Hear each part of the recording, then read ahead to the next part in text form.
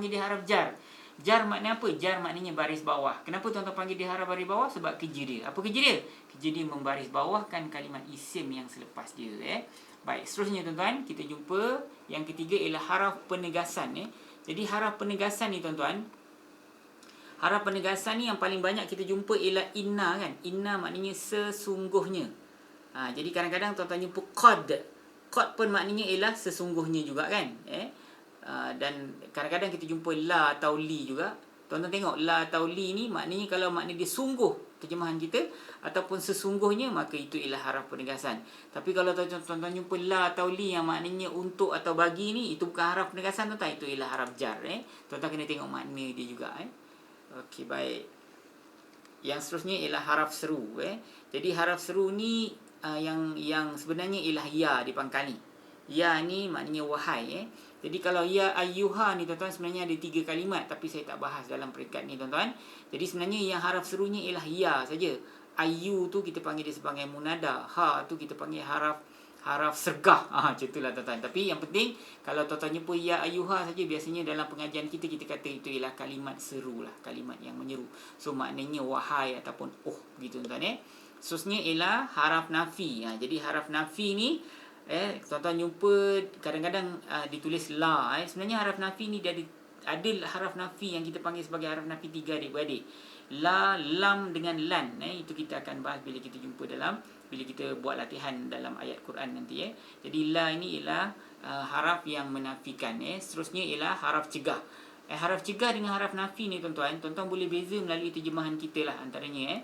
Jadi kalau tuan-tuan jumpa la yang terjemahannya tidak atau tiada, maka itu ialah haraf nafi tau, dia bukan haraf cegah. Tapi kalau haraf cegah terjemahannya jangan. Itu maksud dia. Kemudian ketujuh ialah haraf tanya. Okey tuan-tuan.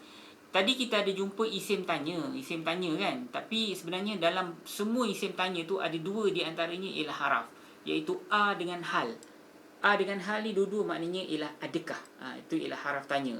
Tapi selain daripada a dengan hal ni, semua isim tanya. Bilakah, siapakah, berapakah, itu semua isim tanya.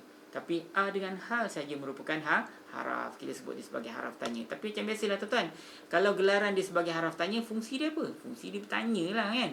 Okay, seterusnya ialah haraf pengecualian. Haraf pengecualian ni yang selalu kita jumpa illa lah. Tuan-tuan, illa maknanya kecuali. Seterusnya ialah haraf pengharapan. Haraf pengharapan ni tuan-tuan ada 2. Kadang-kadang Allah pakai saufa, kadang-kadang Allah pakai sa. Jadi maknanya apa? Maknanya kelak ataupun akan. Maknanya belum jadi lagi kan, baru berharap untuk jadi saja. Kemudian yang seterusnya ialah haraf syarat. Yang ke-10. Haraf syarat ni tadi kita jumpa isim syarat masa kita belajar tentang isim tadi. Sebenarnya dalam banyak-banyak isim tu ada juga haraf syarat tuan-tuan, dan ini pun hendak kepada jawab juga. Yang pertama in maknanya jika, lau maknanya kalau tuan-tuan.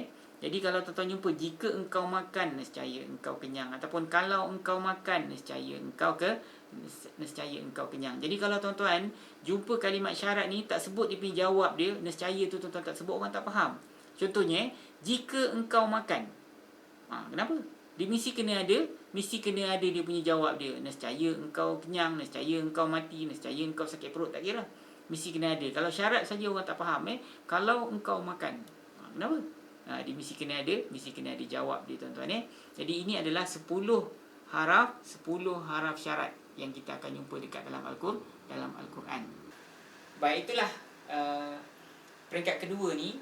Bila tuan-tuan jumpa kalimat isim, apa yang perlu tuan-tuan buat, kalimat fi'il, apa yang perlu tuan-tuan perhatikan, dan kalimat haraf, apa yang perlu tuan-tuan tahu. Jadi semua tu kita dah jelaskan. Jadi sekarang ni tiba masanya untuk kita buat latihan dalam ayat. Jadi kita ambil lanjutan daripada ayat yang telah kita bahas sebelum ni. Jadi saya rasa tuan-tuan boleh buka Quran, ataupun kita ada sediakan kita ada sediakan kamus Al-Furqan dengan ayat yang kita bahas hari ini, dan mudah-mudahan akan membantu tuan-tuan. Jadi mari kita tengok bagaimana caranya kita nak buat latihan kalau menggunakan ayat Al-Quran dan menggunakan kamus Al-Furqan, insya-Allah. Silakan. Baik, bismillahirrahmanirrahim. Bacaan ayatnya tuan-tuan dengar. A'udzubillahi minasyaitonirrajim. Wa huwallahu fis samawati wal ardi ya'lamu sirrakum wa jahrakum wa ya'lamu ma taksibuna. Tuan-tuan dengar dulu ya. Saya baca sekali lagi. A'udzubillahi minasyaitonirrajim. Wa huwallahu fis samawati wa fil ard. Ya'lamu sirrakum wa jahrakum wa ya'lamu ma taksibun. Baik, kita tengok makna dia dulu tuan-tuan. Kita ambil rangkap pertama dulu. Wa huwallahu fis samawati wal ardi. Dan dialah Allah di langit dan di bumi. Dan dialah Allah di langit dan di bumi. Hal yang berkaitan dengan penafsiran untuk rangkap ini, tuan-tuan boleh tengoklah buku tafsir. Kita tengok apa makna dia secara harfiah. Dan kita fokus pada perbahasan kita hari ni tuan-tuan. Baik, kalimat wa huwallahu fis samawati wal ardi maknanya dan dialah Allah di langit dan di bumi. Tengok terjemahan dia dekat bawah tu. Sebab tu saya sarankan tuan-tuan untuk memiliki kamus Al-Furqan ni sebenarnya sebab tuan-tuan boleh guna untuk belajar bahasa Arab di mana-mana pun, sebab kalimat ni, kalimat-kalimat yang kita terjemah ialah betul-betul harfiah, sepatah-sepatah. Tuan-tuan tengok wa huwa tu kan. Jadi wa huwa tu dua kalimat tu. Wa tu kalimat lain, huwa tu kalimat lain kan. Jadi kita pisahkan dia dengan warna supaya tuan-tuan boleh nampak apa makna sebenar dia satu persatu tuan-tuan. Baik, wa huwallahu fis samawati wal ardi. Dengar tuan-tuan kalimat yang pertama yang tuan-tuan jumpa dalam rangkap ni apa? Kalimatnya ialah huwa. Betul ke tidak? Huwa kan? Baik. Wa bukan huwa wa. Apa makna wa tuan-tuan? Wa maknanya ialah dia Sorry. Saya betulkan kedudukan saya Sekali lagi tuan-tuan Wa kan? Wa maknanya apa tuan-tuan? Wa maknanya dan Dan ni merupakan kalimat isim ke fa'il ke haraf? Dia merupakan kalimat isim ke fa'il ke haraf tuan-tuan? Dia merupakan kalimat haraf ataupun kalimat sendi tuan-tuan nanti. Wa dia merupakan kalimat sendi kan? Dia merupakan kalimat sendi. Dan kalau sendi apa gelaran dia tuan-tuan? Wa dia merupakan kalimat sendi yang kita sebut dia sebagai haraf penyambung cerita. Dia dekat sini kan. So kalau gelaran dia sebagai haraf penyambung cerita, fungsi dia apa tuan-tuan? Fungsi dia tentulah menyambung cerita tuan-tuan Baik, habis. Kita pergi pada kalimat berikutnya Kalimat berikutnya ialah kalimat huwa. Betul tak? Huwa Tadi tuan-tuan jumpa wa, kemudian huwa. Huwa makna apa tuan-tuan? Huwa maknanya dia dia. Okey, tuan-tuan ingat tak kalau dia kalimat dia dia merupakan kalimat nama ke perbuatan ke sendi? Tuan-tuan tengok, saya nak ulang balik. Saya mudahkan tuan-tuan. Okey huwa tuan-tuan Tadi kita dah bahas kan, huwa itu merupakan kalimat nama ke isim ke fa'il ke haraf tuan-tuan. Jadi huwa itu merupakan kalimat isim. Betul ke tidak? Dia kan. Jadi kalau huwa itu merupakan kalimat isim, huwa itu merupakan isim yang ada gelaran dan fungsi ataupun isim biasa tuan-tuan? Huwa merupakan kalimat isim yang ada gelaran dan fungsi Baik, apa gelaran dia tuan-tuan? Dia merupakan isim ganti nama diri.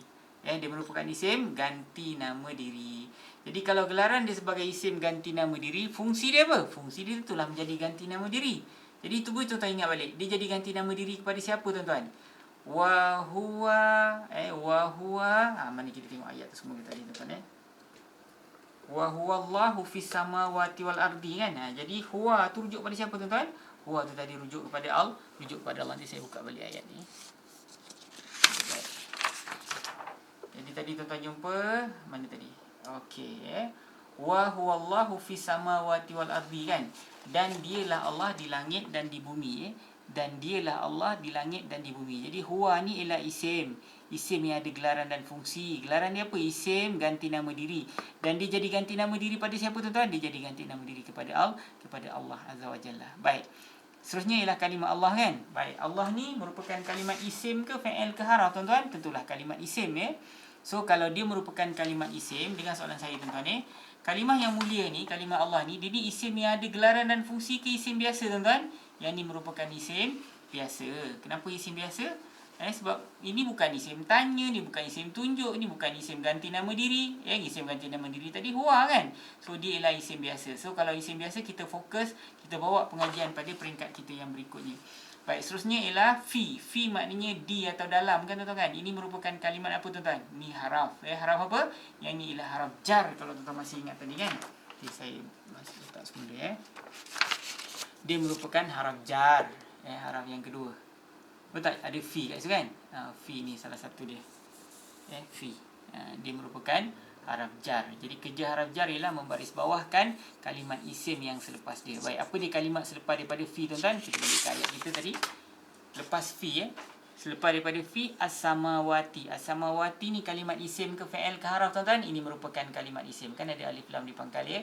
Jadi kalau kalimat isim as-samawati ni maknanya langit-langit kan.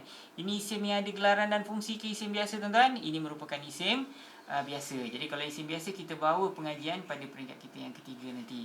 Kemudian kalimat berikutnya ialah wa. Wa maknanya dan kan. Ini juga merupakan kalimat haraf. Haraf apa tuan-tuan? Haraf penyambung cerita, haraf ataf tadi. Kemudian fi fi maknanya di dalam. Ini merupakan kalimat haraf. Haraf apa tuan-tuan? Ini merupakan haraf jar seperti mana kalimat fi yang kita jumpa tadi kan. Baik, seterusnya ialah kalimat al-ardi. Apa makna al-ardi tuan-tuan? Al-ardi maknanya ialah bumi So ini merupakan kalimat isim ke fi'il ke haraf. Al-ardi ni tentulah kalimat isim Jadi kalau kalimat isim, ini isim yang ada gelaran dan fungsi ke isim biasa tuan-tuan. Ini merupakan isim biasa dia bukan isim tanya, dia bukan isim tunjuk Jadi seperti mana yang saya sebut tadi, kalau tuan-tuan masih ingat, isim-isim yang biasa ni tuan-tuan, baris hujung dia boleh berubah tau. Dia boleh al-ardi, boleh al-arda, boleh al-ardu. Begitu juga dengan isim-isim biasa yang lain tuan-tuan. Baik, kita pergi pada rangkap berikutnya Ya'lamu sirrakum wa jahrakum Ya'lamu sirrakum, kemudian bawahnya ialah wa jahrakum Ya'lamu sirrakum wa jahrakum. Maknanya dia apa tuan-tuan? Ya'lamu, dia mengetahui, sirrakum, rahsia kamu, wa jahrakum, wa dan jahra. Jahra ni yang nyata kamu.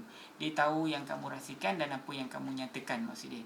Baik, kalimat yang pertama ialah ya'lamu kan. Ya'lamu, apa makna ya'lamu? Dia mengetahui tuan-tuan. Ya'lamu ni dia mengetahui. Ini merupakan kalimat isim ke fi'il ke haraf tuan-tuan? Ini merupakan kalimat fi'il kan. Fi'il apa tuan-tuan? Ya'lamu, dia mengetahui. Tak ada telah kan. Itu merupakan kalimat fi'il mudhari'. Jadi macam saya sebut tadi, kalau tuan-tuan jumpa kalimat fi'il, perkara pertama yang saya nak tanya, apakah ganti nama diri dalam kalimat fi'il ini? Baca je kat bawah ni ada dia kan. Jadi dia. Jadi dalam soalan kedua, dalam konteks rangkap ini, dia mengetahui dia rujuk pada siapa? Dia rujuk pada Allah Azza wa Jalla. Dia tak maf'ulun bih yang diketahui oleh dia tu. Ada apa dia? Sirra. Jadi tuan-tuan kena ingat tahu, nak jadi maf'ulun bih, dia mesti kena baris atas. Apa makna maf'ulun bih? Maf'ulun bih tu yang kena buat. Jadi apa perbuatan yang sirra tu kena? Diketahui. Dia diketahui. Yang tahu siapa? Dia. Dia rujuk pada siapa? Dia rujuk pada Allah. Baik, sirra tuan-tuan. Kita fokus pada sirra. Jadi sirra ni maknanya rahsia. Dia ni isim ke fi'il ke haraf tuan-tuan? Rahsia. Rahsia ialah kalimat isim tuan-tuan Bukan dia merahsiakan, aku merahsiakan, engkau merahsiakan. Itu fi'il. Tapi kalau rahsia tu sendiri, rahsia. Rahsia bukan kalimat fi'il, dia merupakan kalimat nama isim Jadi rahsia ni isim yang ada gelaran dan fungsi atau isim biasa tuan-tuan, dia merupakan isim biasa. Jadi kalau isim biasa kita bahas pada peringkat kita yang ketiga nanti.